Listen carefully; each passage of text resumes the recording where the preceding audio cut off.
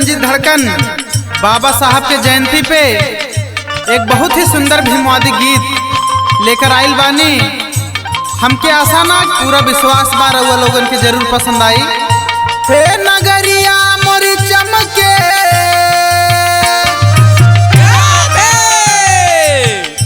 हे नगरिया मोरी चमके, नगरिया मोरी चमके, आई है भीम बाबा हो नगरिया मोरी चमके।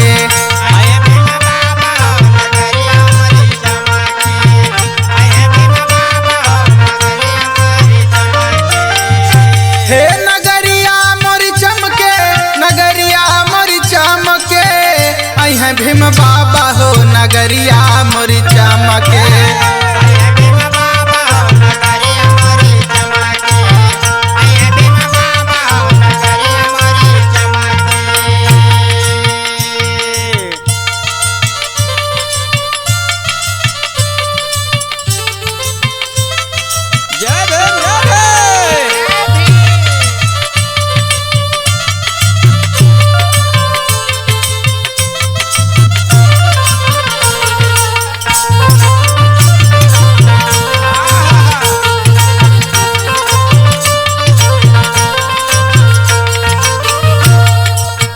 पिपरा पे बैठी कोयल जाब बोले, कोयल जाब बोले,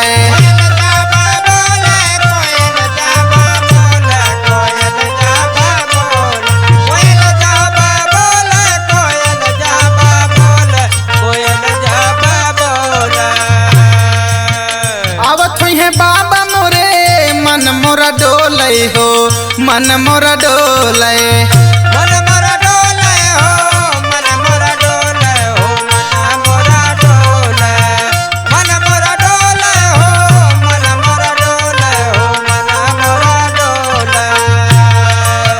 पिपरा पे बैठी कोयल जाब बोले, कोयल जाब बोले, आवत है बाबा मोरे मन मोरा डोले हो, मन मोरा डोले। हे गुलशन वाला के गम के, हे गुलशन वाला के गम के, गुलशन वाला के गम के, आई है भीम बाबा हो नगरिया मोरी चमके।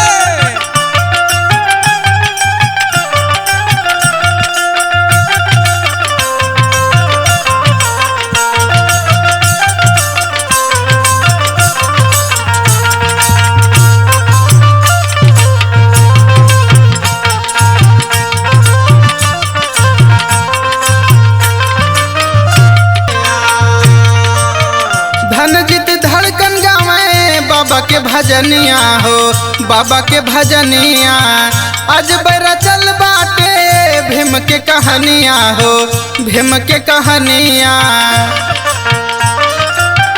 खुश के मार नाचे,